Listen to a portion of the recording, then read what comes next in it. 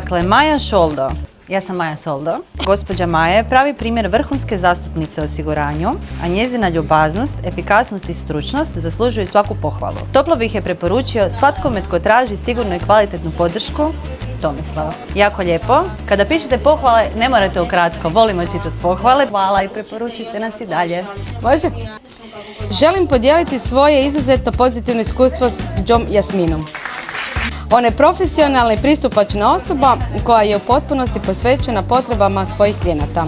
Uz detaljno objašnjenje svih opcija i njihovih prednosti pomogli ste mi da odaberem paket koji najbolje odgovara mojim potrebama. Hvala vam na svemu i radujem se budućoj suradnji. Ana moja. Tko ste vi?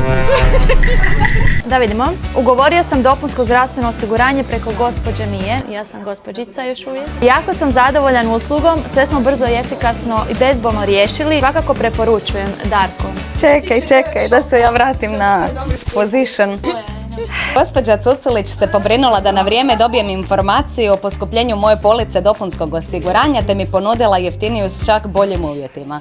Brza reakcija, odgovor spremam na sva pitanja te priloženi svi potrebni obrasci za raskid trenutnog osiguranja. Hvala vam od srca, Jasna. Hvala, Jasna. Poanta je da smo tu za vas kroz cijelu godinu. Kad god zatreba, stojimo na raspolaganju.